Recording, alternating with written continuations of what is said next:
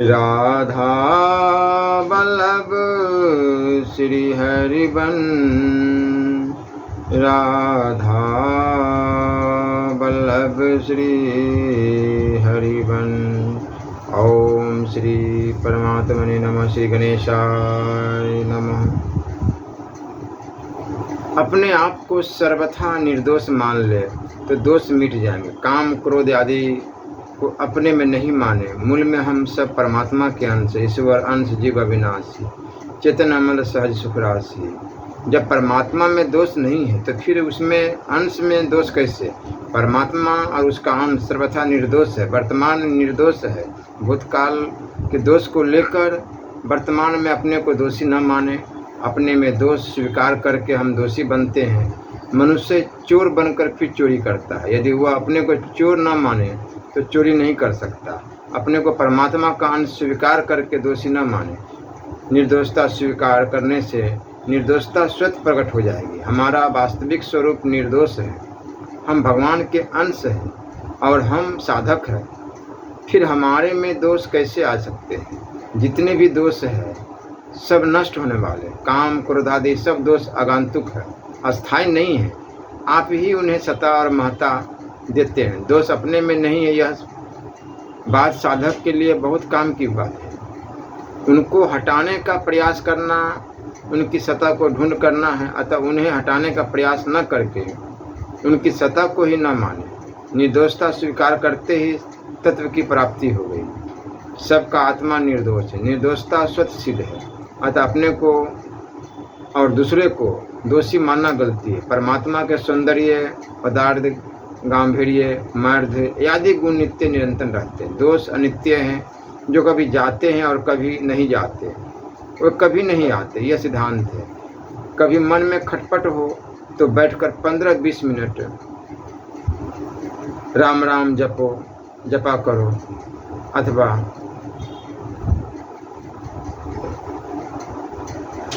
ये जप करने से खटपट मिट जाएगी। परमात्मा ही संसार रूप से प्रकट हुए हैं। सब साधनों में सबसे श्रेष्ठ साधन यही है कि हम परमात्मा के ही हैं। जैसे शरीर के सब अंग समान नहीं होते पर हम सब अंगों का सुख चाहते हैं, किसी भी अंग की पीड़ा नहीं चाहते।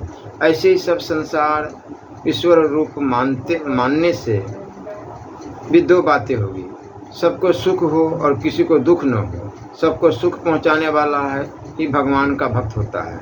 किसी से भी द्वेष हो तो समझे कि हमारी उपासना ठीक नहीं है। हम नित्य रहने वाले को नहीं मानते और नित्य मौजूद न रहने वाले को मानते हैं। यही बड़ी भारी भूल। जैसे हमें पिछले जन्म की संपत्ति साथी अब याद तक नहीं है, ऐसे ही वर्तमान की संपत्ति, हाथी, साथी आदि भी याद तक नहीं रहेंगे।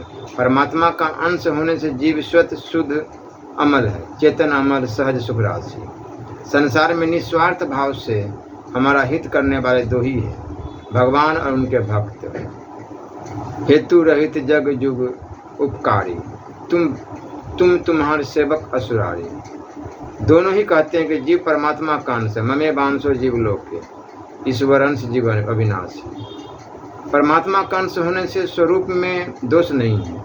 इस बात को आप मान ले, फिर इसका अनुभव हो जाएगा। कसाय से कसाय का स्वरूप भी शुद्ध है। फिर आपका स्वरूप अशुद्ध क्या है? कोई भी दोष आप में हरदम नहीं रहता। काम क्रोध आदि दोष स्वरूप में नहीं आते, पर मन बुद्धि में आते हैं। यह आगंतुक है, अपने में नहीं। अपने में दोष मानने से वे कभी दूर नहीं होंगे। इनको अपने में मानकर हटाने का प्रयत्न करने से और ढूंढ होते हैं। दोष आते हैं शरीर को मेरा मानने से। अगर इन दोषों का आना न मिटे तो भगवान से प्रार्थना करो, हे नाथ कहकर पुकारो। लक्ष्मी उसको चाहती है जो केवल भगवान को चाहता है, अथवा जो कुछ नहीं चाहता, जो अपने लिए कुछ नहीं चाहता, उसका प्रबंध लक्ष्मी करती है। लक्ष्मी तो माँ है, माँ को बेटे की चिंता रहती है। गिरह गांठ नहीं बांधते, जब देवे तब खाही। नारायण पाछे फिरे, मत भूखे रह जाही। जो पदार्थों के दास होते हैं वे भगवान के भक्त नहीं हो सकते, और जो कोई भी इच्छा नहीं रखते उनके पास आने के लिए लक्ष्मी लालियत रहती है। मनुष्य शरीर की महिमा तत्व प्राप्ति में है, तत्व प्राप्ति नहीं की तो शरीर की महिमा क्या। कोई वस्तु अच्छी या बुरी नहीं होती, उसका सदुपयोग अच्छा होता है, दुरुपयोग बुरा होता है। अपने को शरीर मानना और शरीर को अपना मानना प्रमाद है। अब प्रमाद ही मृत्यु है, जानते हुए भी न मानना प्रमाद है। तत्वबोध के बाद होने वाला द्वैत और द्वैत से भी सुंदर है। तत्वबोध के पहले साधन भक्ति है और तत्वबोध के बाद साधे भक्ति है। वही साधे भक्ति आरंभ से ही हो सकती है। यदि साधक का भाव विशेष हो तो बोध से पहले ही साध्य भक्ति हो जाती है और भक्ति होने पर फिर ज्ञान हो जाता है। भागवत में ज्ञान और वैराग्य को भक्ति के बेटे कहा गया है। वो साध्य भक्ति भगवान से मांगनी चाहिए। वह भक्ति भगवान की कृपा से मिलती है।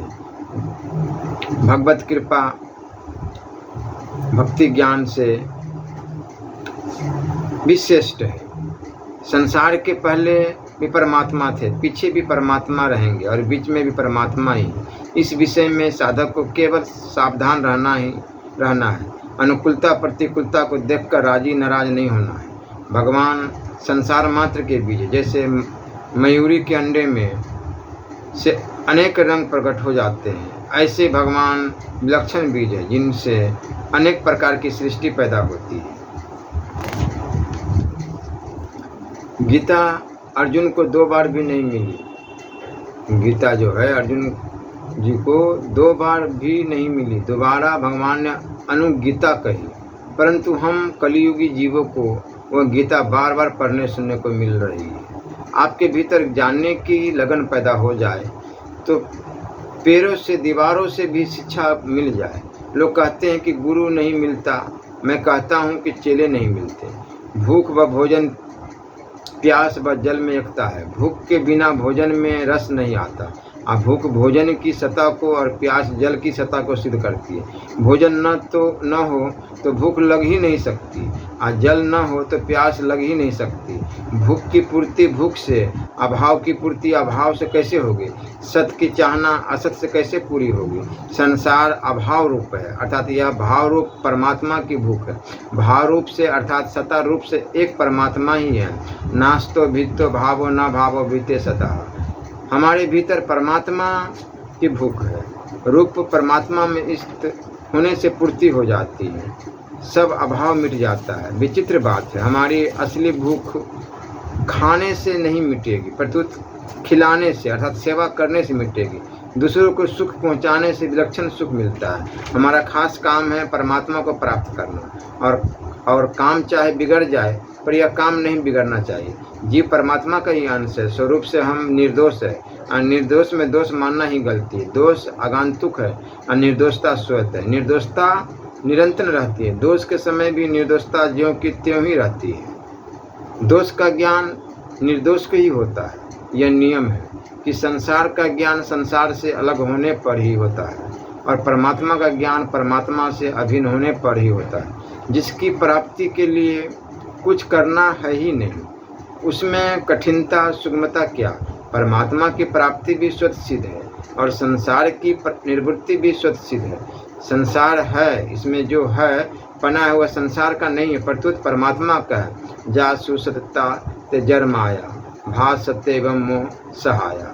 संसार निरंतर बह रहा है, परमात्मा तत्व निरंतर रह रहा है। ऐसे ही शरीर बह रहा है, आत्म तत्व रह रहा है। शरीर संसार एक जाति के, आत्मा परमात्मा एक जाति के, अर्थात उनका एक स्वरूप है। भोग और संग्रह की इच्छा वाला मनुष्य कभी सेवा नहीं कर सकता। वह लेता अधिक है, देता कम। जो जीना हमें अच्छा लगता है वह प्रतिक्षण नष्ट हो रहा है, मौत प्रतिक्षण नज़दीक आ रही है। संसार की तरफ हमारी जैसी रुचि हो रही है वैसी परमात्मा की तरफ नहीं हो रही है। भोग प्यारे लगते हैं, दशा क्या होगी। मनुष्य शरीर तीनों गुणों से अतीत होने के लिए मिला है, यह भोग भोगने के लिए नहीं है। भोगों में सुख सुविधा में दृष्टि रहेगी तो गुणातीत कैसे होगे। हमारा प्रापणीय तत्व क्या है, क्या विचार करें। जो सबको प्राप्त हो सकता है वही हमारा प्रापणीय तत्व है। परमात्मा सबको मिल सकता है, और सदा के लिए मिल सकता है। जो सबको मिले और सदा के लिए मिले वही तत्व हमारा है। त्याग कर्म योग, बोध ज्ञान योग और प्रेम भक्ति योग सबको प्राप्त हो सकते हैं और सदा के लिए प्राप्त हो सकते हैं। एक बड़ी भारी भूल होती है कि हम यहाँ लोगों को, यहाँ की वस्तुओं को अपना मान लेते हैं। जैसे रोज थोड़े समय के लिए सत्संग मिलता है, ऐसे ही 84 लाख योनि में भटकते जीव को थोड़े समय के लिए मनुष्य शरीर मिलता है। इस थोड़े समय में भी बहुत बड़ा काम मोक्ष हो सकता है। मनुष्य के लिए 2 बातें खास है, भगवान को याद करना, सेवा करना। लेने से चीज़ घटती है और देने से चीज़ बढ़ती है। सेवा करने वाले को कमी नहीं रहती। सूर्य को चंदन चढ़ाओ तो आपके ऊपर चंदन पड़ेगा, धूल फेंकोगे तो आपके ऊपर धूल पड़ेगी। लोग ऐसी शंका करते हैं कि जो पाप करते हैं वे तो सुख पाते हैं, पर जो धर्म पर चलते हैं वे दुख पाते हैं। ऐसी शंका द्रौपदी को भी हो गई थी। युधिष्ठिर जी ने द्रौपदी को बताया कि धर्म का पालन सुख के लिए नहीं किया जाता। धर्म का पालन करना तो मनुष्य मात्र का कर्तव्य है और मनुष्यपना है। जो सुख के लिए धर्म का पालन करते हैं वे धर्म के तत्व को नहीं जानते। पूर्व कर्मों के अनुसार सभी सुख भी पाते हैं और दुख भी पाते हैं। जो धर्म की रक्षा करता है धर्म उसकी रक्षा करता है। धर्म और रक्षति रक्षिता। वस्तु परिस्थिति आदि में सुख नहीं, परंतु उसके सदुपयोग में सुख है। सुख में कम कृपा होती है पर दुख में अधिक कृपा, शुद्ध कृपा होती है। अन्याय करने वाला मनुष्य तो अपने पुण्य काट रहा है और पशु अपने पाप काट रहा है। संसार का वियोग नित्य है, संयोग अनित्य है। संयोग से पहले भी वियोग था, पीछे भी वियोग रहेगा और वर्तमान में संयोग काल में भी प्रतिक्षण वियोग हो रहा है। परमात्मा का योग नित्य है। संसार के संयोग में राजी होना बहुत बड़ी गलती, क्योंकि यह संयोग रहने वाला नहीं है। बालक जन्म के बाद क्या करेगा क्या नहीं करेगा सब बातों में संदेह है, पर वह मरेगा इसमें कोई संदेह नहीं। संसार स्वतः प्रकृति में जा रहा है और तत्व प्रेमी महापुरुष निरंतर परमात्मा में जा रहा है। भोग और संग्रह को चाहने वाले लोग पतंगों की तरह है जो अग्नि में भस्म होने के लिए जा रहे हैं। सबसे पहले वह काम कर लेना चाहिए जिसके लिए मानव शरीर मिला है। कब तक जिएंगे इसका पता नहीं। संसार के सब कामों में संदेह, पर मरने में संदेह नहीं है। जन्म के बाद मरना असंभावी है। वह मृत्यु प्रतिक्षण समीप आ रही है, इसलिए चेत करो, होश में आओ। परमात्म तत्व की प्राप्ति के सब अधिकारी, कोई अनधिकारी नहीं है। पापी से पापी मनुष्य को भी ज्ञान मोक्ष प्राप्त हो सकता है। गीता 4 अध्याय का 36 और 37 श्लोक। जिसने परमात्मा की प्राप्ति कर ली उसने सब काम कर लिया। जो भगवान में लग गया वह सबसे श्रेष्ठ है। सिवाय भगवान के कहीं भी शांति नहीं मिलती। परमात्मा की प्राप्ति का स्थान हृदय है। ज्ञान हृदय में विराजमान है। गुरु से जो ज्ञान मिलता है वह वास्तव में अपने ही भीतर है। उस ज्ञान के द्वारा हम परमात्मा को जान लेते हैं। गुरु ज्ञान देते नहीं हैं, परंतु सबके हृदय में विराजमान ज्ञान रूप परमात्मा की जागृति करते हैं। भगवान श्री कृष्ण सबके गुरु है और उनका मंत्र अथवा उपदेश है गीता। कोई मनुष्य पंडिताई के जोर से गीता का अर्थ नहीं समझ सकता। भगवान के शरण होने से ही गीता का अर्थ प्रकट होता है। भगवान गीता से बहुत राजी होते। गीता पाठ से वे दर्शन भी दे सकते। गीता रामायण ग्रंथ जहाँ पड़े रहते हैं वहाँ भूत पिशाच प्रेत नहीं आते। उन ग्रंथों को प्रणाम करने से बड़ी शक्ति मिलती है। गीता का पठन मनन करने वाला प्रत्येक प्रश्न का उत्तर दे सकता है। प्रतिदिन गीता का पाठ विचार करना शुरू कर दे। गीता के अनुसार अपना व्यवहार करें, जीवन बनाए तो सुख संताप हलचल सब मिट जाएगी। एक भी आदमी ऐसा नहीं हुआ जिसकी भोग तथा संग्रह से तृप्ति हो गई हो। अविनाशी की भूख विनाशी को कैसे मिटेगी। भगवान के श्वास से वेद प्रकट हुए। यस्य विश्वस्य वेदाः यस्य निश्वस्य वेदाः। जब श्वास का इतना प्रभाव है तो फिर वाणी गीता का कितना प्रभाव होगा। मनुष्य शरीर केवल परमात्मा की प्राप्ति के लिए मिला है, सांसारिक कार्यों के लिए नहीं है। परमात्मा प्राप्ति का मौका मनुष्य शरीर में ही है। मनुष्य शरीर में भी सत्संग का मौका मिला है। सत्संग से बहुत कुछ प्राप्त कर सकते हैं। जैसे मनुष्य शरीर बार बार नहीं मिलता, ऐसे ही सत्संग भी बार बार नहीं मिलता। यह भगवान की विशेष कृपा से ही मिलता है। भगवान अपनी तरफ खींचना चाहते हैं। भक्ति सब श्रेष्ठ है। भक्ति रेव गणयसी, प्रेम का नाम भक्ति है। सुनो प्रेम सम भजन न दूसर आन। प्रेम के भगवान और उनके गुण, लीला, चरित्र आदि अच्छे लगे। जैसे प्यास लगने पर जल की याद आती है, जल अच्छा लगता है, ऐसे भगवान अच्छे लगे। भक्ति से भगवान बस में हो जाते हैं। अब मुक्ति तो पुतना को भी मिल गई। मुक्ति तो भगवान की चरण रज में है। भक्ति बड़ी सुगम है। भगवान प्यारे लगे, मीठे लगे, यह भक्ति है। परमात्मा की प्राप्ति कठिन है तो सुगम क्या है? इसके लिए तो मानव शरीर मिला है। खास काम परमात्मा की प्राप्ति करना है। दूसरा काम करे तो वो नया काम शुरू किया है। जो भी काम करे भगवान की काम समझ कर करे। भगवान गीता में 9वें अध्याय 27वां श्लोक में कहते हैं कि हे कुंती पुत्र, जो तू करता है, जो कुछ भोजन करता है, जो कुछ यज्ञ करता है, जो कुछ दान देता है और जो कुछ तप करता है, वह सब मेरे अर्पण कर दे। एक कामना होती है, एक आवश्यकता होती है।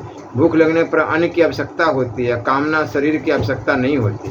मिलने वाली चीज़ तो अवश्य मिलेगी, पर अपने कर्तव्य का पालन न करने का दंड होगा। प्रारब्ध से मिली चीज में तो संतोष करो, पर नए कार्य में संतोष मत करो। भगवत संबंधी बातों में संतोष मत करो, क्योंकि यह हमारी आवश्यकता है। सत्संग, भजन, ध्यान, नाम जप आदि आवश्यकता होती है, कामना नहीं। पत्थर ढोने वाले को जो मजदूरी मिलती है, वैसी सोना ढोने वाले को भी मिलती है। तात्पर्य यह है कि सबको अपने प्रारब्ध के अनुसार ही मिलता है। कोई कार्य असंभावी नहीं है, पर मरना असंभावी है। जो कार्य असंभावी है उसकी तैयारी सबसे पहले करनी चाहिए। जो करना चाहिए वो करते हैं, कर सकते हैं, और उसे न करना भूल है।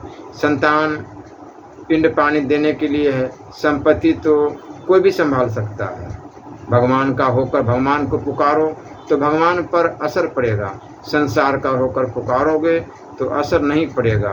बहुत जन्मों के बाद यह मनुष्य शरीर मिलता है। कल्याण में खुद की लगन काम आती है।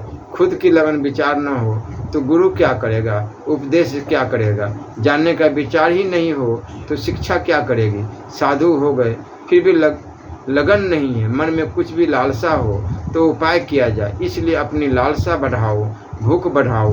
भूख न हो तो बढ़िया भोजन किस काम का।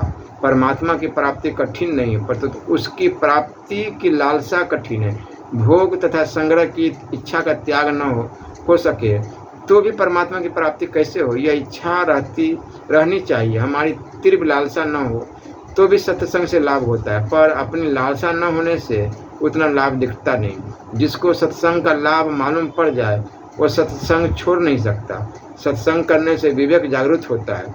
सत्य असत्य तथा कर्तव्य अकर्तव्य का ज्ञान होता है। फिर तदनुसार कर्म होते हैं। सत्संग से बड़ी विलक्षणता आती है जिसका बाहर से पता नहीं लगता। अच्छे अच्छे शास्त्रीय विधान भी जो बात नहीं कहते वह बात सत्संग करने वाले कह देते हैं। परमात्मा में अनंत शक्तियाँ, सगुण निर्गुण उसके विशेषण है, स्वरूप नहीं। संसार को जानने के लिए संसार से अलग होना पड़ता है, और परमात्मा को जानने के लिए परमात्मा से अभिन्न होना पड़ता है। संसार का किंचन मात्र भी आकर्षण रहेगा तो उसे नहीं जान सकते। प्रकृति को साथ लेकर मनुष्य भगवान के शरण तो हो सकता है, पर तत्वबोध नहीं हो सकता। संसार की सत्ता और महत्ता को मानना ही भूल है। संसार न हमारे साथ रहने वाला है और न हम संसार के साथ रहने वाले। जो चीज़ निरंतर मिट रही है उसे सत्ता और महत्ता देना कहाँ तक उचित है। जिसको आप मेरी वस्तु कहते हैं वह क्या सदा आपके साथ रहेगी? क्या आप उसके साथ सदा रहेंगे? संसार का संयोग अनित्य है, वियोग है, नित्य है। अंत में वियोग ही बचेगा, संयोग नहीं। अतः संयोग में नहीं वियोग का दर्शन कर ले। अरब खरब लो द्रव्य है, उदय अस्त लो राज। तुलसी जो निज मरण है तो आप ही की ही काज। उम्र निरंतर नहीं में जा रही है, मनुष्य निरंतर समीप आ रही है। यह सच्ची बात है। जो सच्ची बात का आदर नहीं करता उसको दुख पाना ही पड़ेगा। आप अच्छा काम करो या बुरा काम, उम्र तो प्रतिक्षण अपने धुन में जा रही है। वास्तव में सत्ता और महत्ता तो एकमात्र परमात्मा की ही है। वह बड़े से बड़े और सूक्ष्म से सूक्ष्म सभी जीवों का भरण पोषण करता है, उनके कर्मों का फल भुगताता है। उस परमात्मा के समान कोई वक्ता, श्रोता, संत, धनवान आदि नहीं है। परमात्मा की शक्ति मनुष्य में आती है। परमात्मा के वक्ता हुए बिना मनुष्य वक्ता कैसे हो सकता है? परमात्मा के समान कोई वक्ता, श्रोता, संत, धनवान आदि नहीं है। अगर रुपया बढ़िया चीज़ है तो फिर उसको खर्च क्यों करते हो? भोगों में प्रियता, रुचि होने का कारण रस है। परमात्मा के सच्चे रस के सामने यह झूठा रस निवृत्त हो जाता है। साधन में भी एक रस वृद्धि बुद्धि होती है जिससे समाधि में विघ्न होता है। रसास्वादन से साधक अटक जाता है। आप स्वयं टिक जाओ तो मन, बुद्धि, इंद्रियां भी टिक जाएंगे। स्वयं का टिकना है रस बुद्धि निवृत्त होना। आप सब छोड़कर सत्संग में आते हो, यह परमार्थिक रस का नमूना है। प्रेम के रस में समाधि का रस भी छूट जाता है। उस रस में कभी हंसी आती है, कभी रोना। जिसकी वाणी मेरे नाम गुण लीला का भागवत, श्रीमद् भागवत में आया है। भगवान ने बताया कि जिसकी वाणी मेरे नाम गुण और लीला का वर्णन करते करते गदगद हो जाती है, जिसका चित्त मेरे रूप, गुण, प्रभाव और लीलाओं को याद करते करते द्रवित हो जाता है, जो बारंबार रोता रहता है, कभी कभी हंसने लग जाता है, कभी लज्जा छोड़कर मेरे प्रेम में मग्न हुआ पागल की भांति ऊंचे स्वर से गाने लगता है, तो कभी नाचने लग जाता है। ऐसा मेरा भक्त सारे संसार को पवित्र कर देता है। संसारिक रस निवृत्त होने से परमार्थिक रस मिलता है। प्रेम में ज्ञानियों के अभेद से भी विलक्षण अभिन्नता होती है। प्रेम में एक देशीयपना मैं हूँ मिट जाता है, अर्थात हूँ है में विलीन हो जाता है। जैसे दर्पण में विपरीत दिखता है, ऐसे माया रूप संसार भी विपरीत दिखता है। संसार से कुछ लेने की इच्छा रखने से नुकसान होता है और देने की इच्छा रखने से लाभ होता है। दूसरों का हित करने से हमारा हित होता है। प्राप्नुवन्ति मामेव सर्वभूते हिते रतः। जैसे बीज जमीन में डाल दे तो खेती हो जाती है और खुद खा ले तो रेती हो जाती है। अपनी भूख मिटाने से पहले दूसरों की भूख मिटाओ और दूसरे का हित कैसे हो इसको सीखने के लिए ही हम यहाँ एकत्र हुए हैं। माँ हमें अच्छी क्यों लगती है कि वह हमारा पालन करती है। जो दूसरे के दुख से दुखी होता है उसको अपने दुख से दुखी नहीं होना पड़ता। भगवान को याद करना और सेवा करना, ये दो बातें काम खास मनुष्य के लिए है। इनके बिना मनुष्यपना नहीं है। जैसे नाम जप आदि से कल्याण होता है, ऐसे दूसरों का हित करने से भी कल्याण होता है। यह कर्म योग है। नाम जपिए, राधा राधा राधा राधा राधा राधा राधा, राम कृष्ण हरि शिव शिव, जो भी आपको अच्छा लगे। परंतु इसमें भी विलक्षण बात है कि रस बुद्धि स्वयं में है, सांसारिक रस तो भक्तृत्व में है, पर परमात्मा का अंश होने से परमार्थिक रस स्वयं में है। ज्ञान के अखंड रस की अपेक्षा प्रेम का अंत रस विलक्षण खास आवश्यकता व्यवहार के सुधार की है। परमात्मा की प्राप्ति के बिना जन्मना मरना बंद नहीं होगा। जन्म मरण का चक्र चलता ही रहेगा। लंबे रास्ते का अंत आता है, गोल चक्र का अंत कैसे आएगा? परमात्मा की प्राप्ति के लिए अपना व्यवहार शुद्ध करना है। स्वार्थ का त्याग करके दूसरों के हित के लिए चेष्टा करनी है। सबके हित की भावना वाला सदा सुखी रहता है। जो किसी को भय नहीं देता वो अभय हो जाता है। गृहस्थ में स्वार्थ का त्याग करके दूसरों का हित करने से परस्पर प्रेम बढ़ेगा। मोह का बंधन संसार में बांध देता है और प्रेम का बंधन मुक्त कर देता है। आजकल के ज़माने में दूसरों के दुख न पहुंचाना भी बहुत बड़ा पुण्य है। पहले भलाई करने पर भलाई होती थी, आज बुराई न करने से भलाई हो जाती है। गाड़ी में चढ़ते समय कोई चढ़ने को अथवा बैठने को मना न करे तो समझो कि भला आदमी है। एक भारतीय संस्कृति ऐसी है जो सबका हित चाहती है। अरे हुक अनभल किन्न रामा, काजू हमार तासु हित होई, रिपुसन करहु बत कहीं सोई। सबका हित मनुष्य ही कर सकता है। जैसे सभी देवताओं को किया गया नमस्कार भगवान के पास पहुंचता है, ऐसे सबके साथ किया गया प्रेम का बर्ताव भी भगवान के पास पहुंचता है। भगवान सबके हृदय में विराजमान है। सब अतः सब में भगवान को देखते हुए सबको नमस्कार करो, सबके साथ आदर का प्रेम का बर्ताव करो, सब सुखी हो जाए। ये व्यापक भाव है जो व्यापक परमात्मा को प्रकट करने वाला है। नमस्कार करने से लाभ ही लाभ है। रोजाना बड़ों को नमस्कार करने से आयु, विद्या, यश और बल ये चारों बढ़ते हैं। नमस्कार करने से मार्कंडेय जी की आयु बढ़ गई, वो चिरंजीवी हो गए। गृहस्थ आश्रम सबका मूल है। गृहस्थ आश्रम में बहनें माताएं मुख्य है, क्योंकि उनके कारणों से ही गृहस्थ कहलाता है। साधुओं के मठ, आश्रम, धाम आदि को कोई घर नहीं कहता। स्त्री के कारण ही घर कहलाता, चाहे वृक्ष के नीचे ही क्यों न रहे। महाभारत शांति पर्व में भी आया है कि आज स्त्रियों को केवल भोग सामग्री बना दिया है। स्त्री को स्त्री रूप से देखना उसका निरादर है। उसको माँ रूप से देखना चाहिए। माँ का दर्जा बहुत ऊंचा है। बहनों को चाहिए कि सुई बने, कतरनी कैंची मत बने। सुई दो को एक कर देती है और कतरनी एक को दो कर देती है। वैसा ऐसा कोई काम न करे जिससे कलह पैदा हो। घर में प्रेम रखे। बालकों को भोजन कराने में विषमता मत करे। सास को चाहिए कि बेटी और बहू में लड़ाई हो तो बहू का पक्ष ले। गरीब बच्चों को मिठाई खिलाओ तो शोक चिंता मिट जाएंगे। और गृहस्थ में बड़ी सावधानी से रहो। थोड़ी सी गलती से भी बहुत बड़ा नुकसान हो सकता है। दूसरा कोई गलती भी कर दे तो उसको सह लो। गृहस्थ एक पाठशाला है जिसमें प्रेम का पाठ पढ़ो।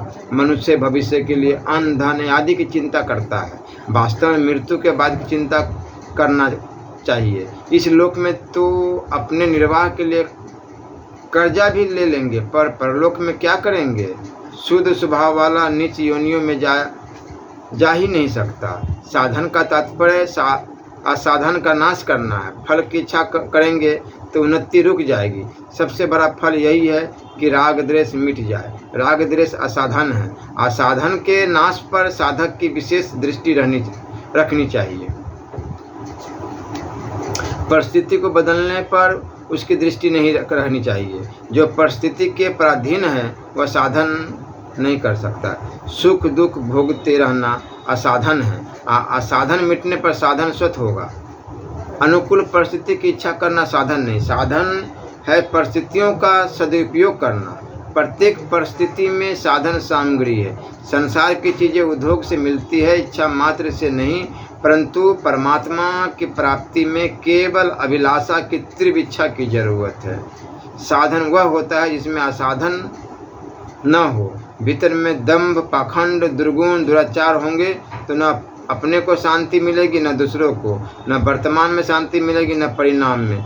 दुर्गुण दुराचार रहते हुए साधन क्या किया जाएगा, तो साधन निरर्थक ही तो हो जाएगा ना। पर वर्तमान में प्रत्यक्ष लाभ नहीं दिखेगा। भगवान के बिना रहा न जाए, ये असली भजन है। जैसे आज वस्तुएं महंगी हो गई, रुपए सस्ते हो गए, ऐसे ही आज भगवान बहुत सस्ते हैं। भगवान ने हमें समय समझ सामग्री और सामर्थ्य पूरी दी है। अब उसका सदुपयोग अथवा दुरुपयोग करना हमारे हाथ में है। हम अपने विवेक से सही काम करें जिससे अपना और दूसरों का अभी और भविष्य में हित हो, यह सावधानी रखनी। किया जाने वाला साधन नकली और नित्य होता है, परंतु होने वाला साधन असली और नित्य होता है। असाधन का त्याग करने पर साधन स्वतः होता है।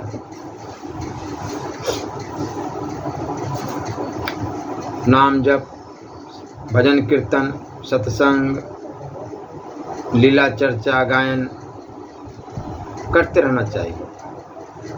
इसलिए नाम राधा राधा राधा राधा राधा राधा राधा राधा राधा राधा जाप करते रहे। नास्तो भित्ते भावो न भावो भित्ते सतः। संसार का जितना भी उपदेश है वह सब इस श्लोक कार्य में आ जाता है। देखने वाला सत्य है, दिखने वाला असत्य है। जानने में आने वाली सब वस्तुएं नाशवान है।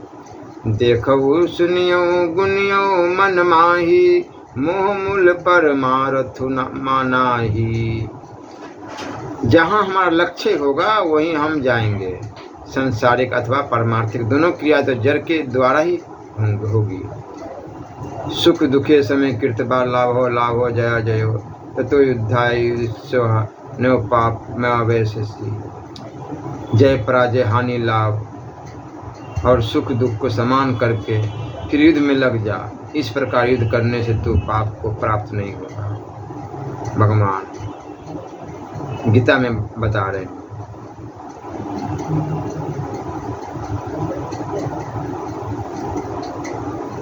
श्री राधा वल्लभ लाल की जय।